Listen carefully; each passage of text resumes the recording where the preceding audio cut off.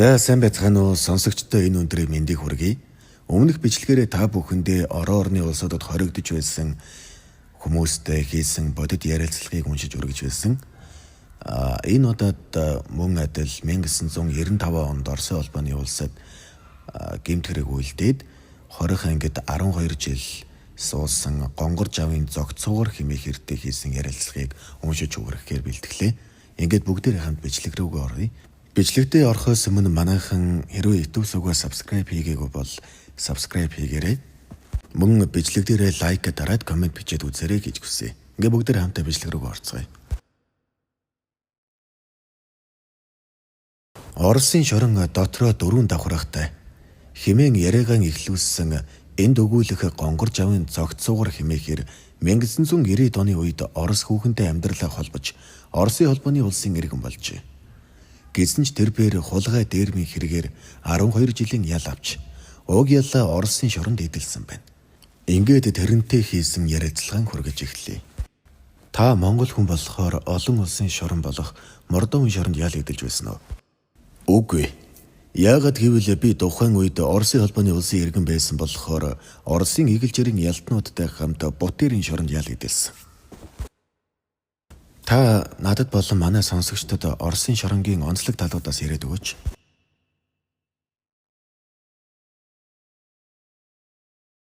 Оросын шорон дотроо 4 давхрахтай. Хамгийн доод талын давхар нь Жөтгөрөөд. Энэ нь манайхаар бол Нинжа гэсэн үг. Энэний дараа Бятуух буюу Банднар орно. Дараагийн давхарга нь Дундчууд буюу Мужикууд. Хамгийн дээд талын давхарга нь Вор Заккон. Энийг хууль үйлчлэхгүй гэж орчуулж болно л доо. Жөтгөр болж доошоо орогсдын хамгийн ихний шалтгаан нь хувийн ариун цэврийг үл сахих. Энд нэг зүйлийг хэлэхэд шоронд амьдралын дүрм огтур болдог гэдгийг анх шинээр яллагдсан хүмүүс мэддэггүй. Харин мэддэг зарим нь огтур хүн болон хувирдаг. Нарны амьдралд гудамжинд гарч ирсэн хогийн эргчин шоронд ирээд огцом хөрөх жишээтэй. Албан хүчээр архинаас холдсон тэд царай зүс орж байнга тогтмол хоолтой болоод ирмэгц таргалж мяраалан танигдахын аргагүй өөр болдог юм. Гэтэл эргчлөөтэй байхдаа нэлээд хангалуун амьдралтай. Дээгүр албан тушаал идэж байсан хүн шоронд ирээд навсаатлаа доош унах нь ердийн л үзэгдэл. Тэд өөрийнх нь амьдрал хөгжинд дэвжих нь уугар төгсгөл боллоо гэж ойлгоод өөрийгөө нэг ёсондоо шууд сэтгэл зүгээрээ алж байгаа юм л да. Иймэрхүү хүмүүс багаас хэн нэгний хамгаалалт дор яваа соржгсан байдаг тул нөхцөл байдал огцом өөрчлөгдөхөд жинхэнэ ард чагаа алддаг юм. Мордынгийн камер болон шоронгийн зоонд хэн хүчтэй л амьдарч чадна. Зөвхөн булчин журмсаас гадна сэтгэлийн тэнхээ өөрийгөө илэрхийлэх ухаан маш чухал үүрэгтэй. Өөрөөр хэлбэл өөрийнхөө нүхийг олоод оржих чадвараа гэсэн үг.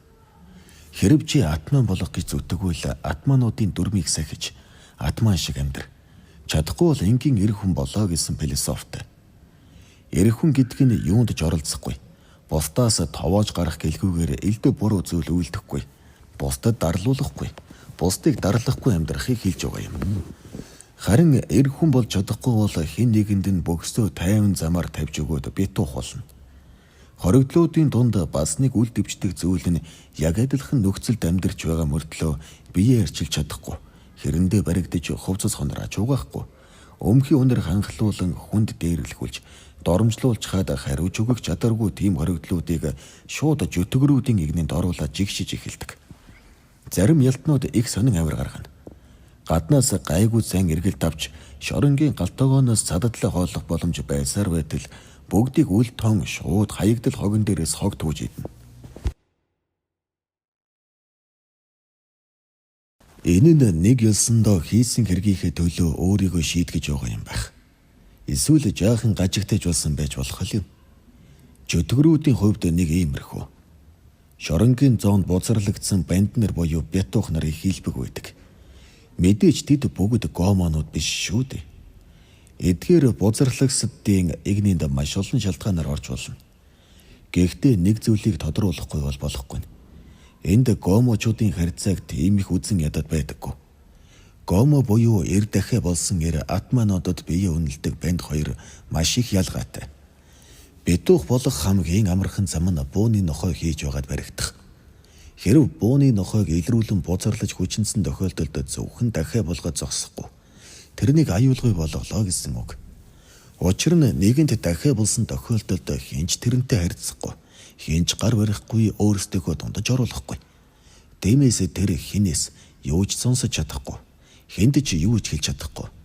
Энэ бол хамгийн хатуу шийтгэл. Бятух болох өөр нэг арга зам нь гэвэл анх шоронд орсон шоронгийн дэг жайгийг мэдэхгүй ялтнууд гин алдаж бузарлагдах явдал юм.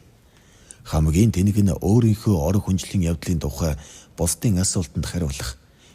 Тэднээс сексийн тухай янз бүрийн зүйл асууж байгаад завсраар нь эмэгтэй хүний бэлэг эрхтнийг долоох тухай асууж яриулна.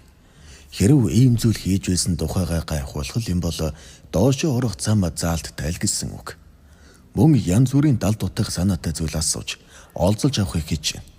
Оросын шоронд энэ мэдээр хүнийг янз бүрийн аргаар доош нь хийх оролдлого ер нь их гардаг юм л да. Дээрх жишээнүүдээс харахад ялдан доошоо орж бузарлагдахгүй тулд хичээн хянамгай байнга анхаарал болгоомжтой байх ёстой нь анзаарагдаж байгаа үстэй. Овгрууд ч мөн адил. Тэд өөрсдийн бичигдээгүй хуулийг зөрчиж доошоо орохгүй тулд хичээх нь ойлгомжтой. Харин нэгэнд бузарлагдаж бятух болсон ялтнууд санаа зовх юм байхгүй.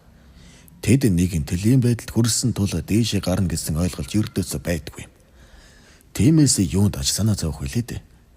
Тэдэнд идэх хоол унтах газар л байвал болох нь тэр. Ийм ялтнуудын нэг аюултай зүйл нь хэнийг ч өөр шигээ болгож чаддаг. Өстөө хүн дээрээ гүйж очиод олонний нүдэн дээр үнсээ давхад цаадхан тэгээд өнгөрлөл гэсэн үг шүү дээ. Хэрвээ нууц биш бол та яг аль давхрагдан байсан бэ?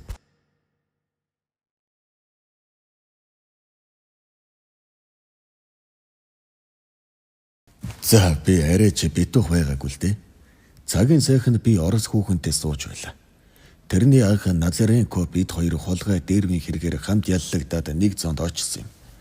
Назаренко бол яг өвнөн шорон оронд хэдэн удаа оржчихсан архыг хулгайч.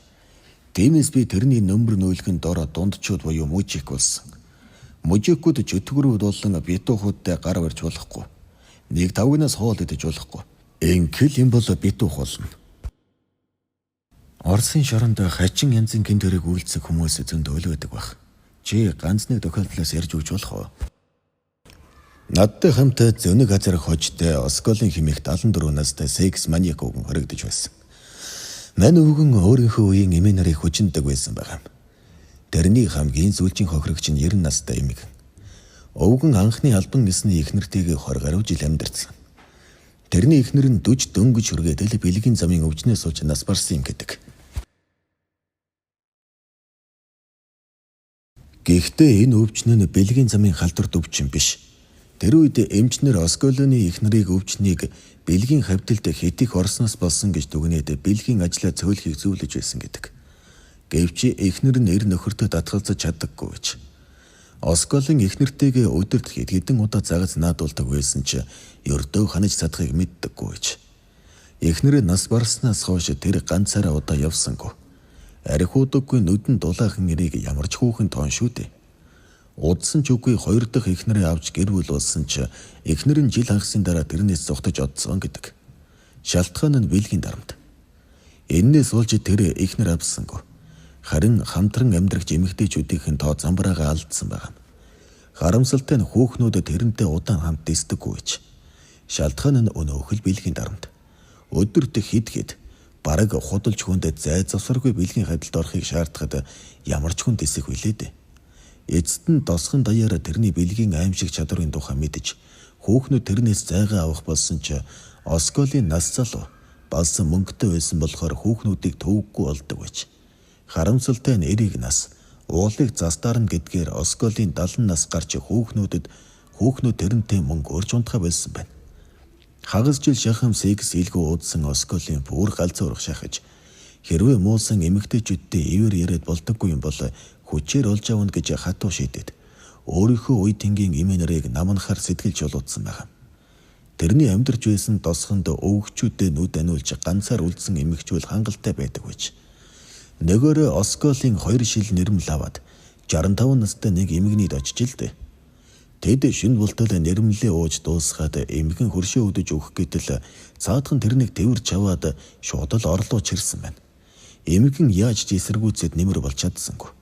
Харин өвгөн ажиллаа хийж дуусгаад эмгэнд марцныг нь сануулж баяр баясгалан бэлгэлсэн тул архиталтай үргэлжлүүлэх санал тавьсан ч тэрний баатарлаг гавьяг дутуу үнэлсэн эмгэн шууд гэрээсээ хөөсөн гэдэг. Энэ явдлаас хойш Осколийн гэрээсээ 2 сар шахан зохиосонгүй. Тэсэн гэхэд яаж дэсэх вэ гэгчээр 2 сарын дараа моног өвгөн дахин анд гарч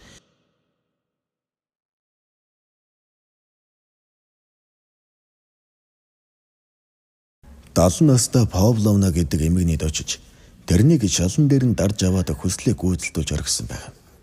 Харамсалтай нь эмгэн энэ доромжлыг дэсэж чадалгүй хэд хоногийн дараа зүрхний шигдээсээр хорвоог орхихдоо Осколийн намаа хүчнэсэн гэдэг гэрээслэл үлдээсэн гэдэг.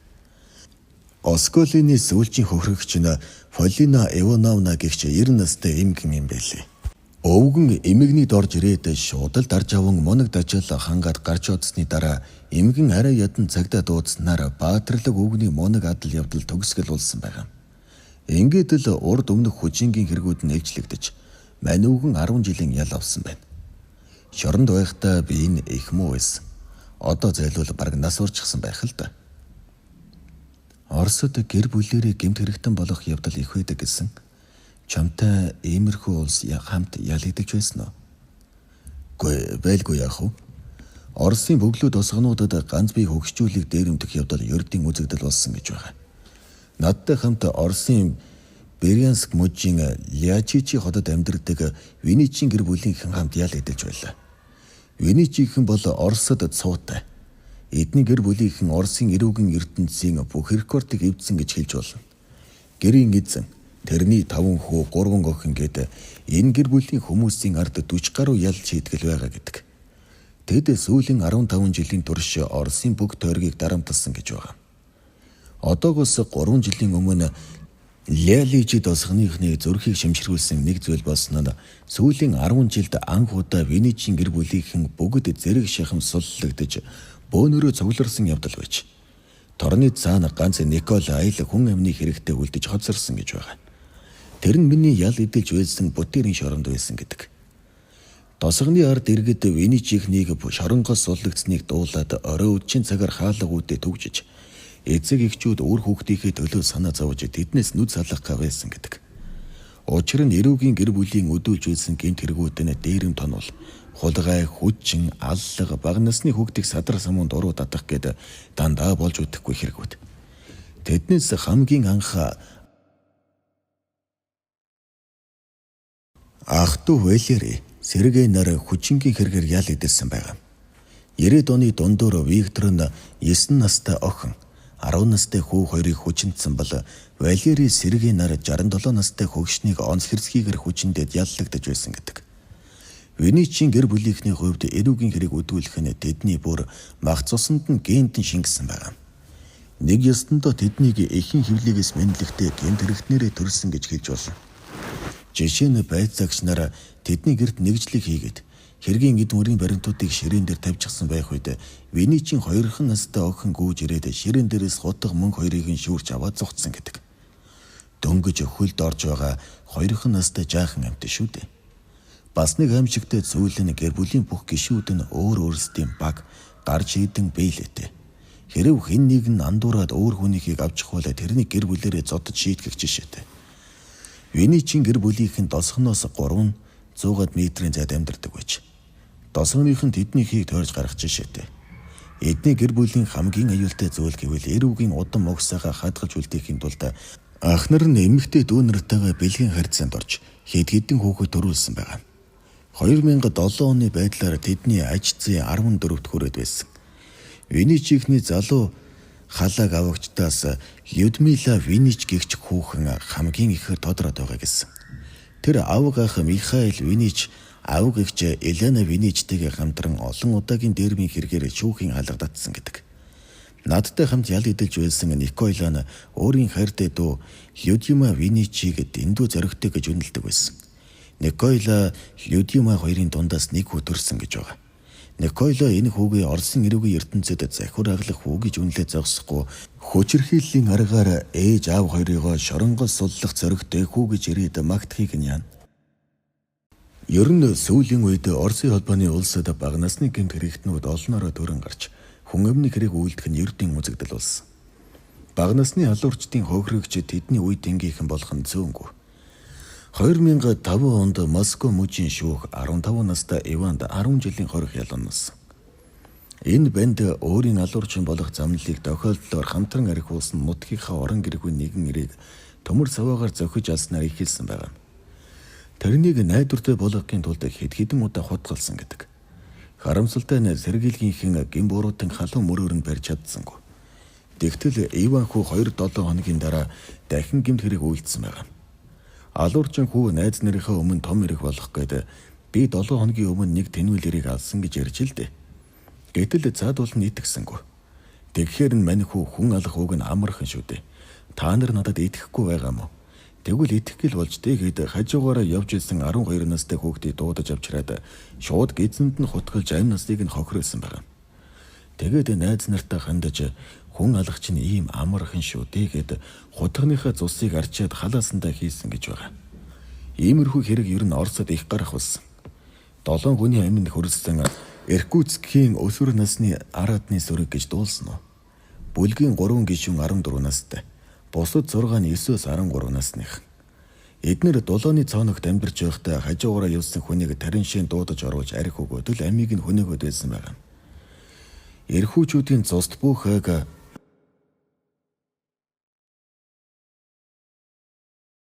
Павловская Слобода гэгч бяцхан сүрэнгийн 10 настай оршин суугч залгаж авсан гэж байгаа. Хүү тэнэг сонирхолтой байж. Тэрнийг шүн тэнэж яваад өөрлөггүй зочин болох согтуу тэнэл унтаж байхдаа таарч л дээ. Хүү ер нь л хагалсан шилээр хоолойг хэрчиж оргисон байгаа. Энэний дараа хоёрч согтуу өрийг цааш нь гаруулаад цагдаагийнх нь баригдсан гэдэг. Энэ мэдийн залуухан алуурчид Оросд эрчимтэй өсөж төрнөж байгаа нь дэндүү юм л дээ юм да. Оросын шоронгийн тухай. Тэр тусмаа Оросын шорон доторх давхаргуудын тухай. Мөн Оросд болж байгаа эрүүгэн хэрэгүүдийн тухай ярьж өгсөн танд үнэхээр их баярлалаа. Зүгээр дээ. Гэхдээ гэмт хэрэг үйлдсэн мөн Оросын шоронд 12 жил суусан тухай ярих тийм гайхуулаад байх зүйл биш л дээ. Чи өдөрөө ярилцлагыг сонсож байгаа дүүнартаас хандаж хэлэхэд зөв бас үнэн яваарай л гэж захиа да. Хэсэггүй хугацаанд ярилцсан танд үнэхээр их баярлалаа. Мөн энэ хүртэл бичлэгтэйгээ хамт байсан сонсогчдоо бас мөн их баярлалаа. Сонсогчид маань бичлэг таалагдсан бол лайк дараад комент үлдээгээрэй. Та бүхний маань дарж байгаа лайк, мөн бичиж байгаа комент бүхэн надад цаашдын бичлэг хийхэд улам их урам зориг өгч байгаа шүү. Энэ хүртэл бичлэгтэйгээ хамт байсан та бүхэнд үнэхээр их баярлалаа. Дараагийн бичлэгээр иргэн уулзлаа. Түр баяртай.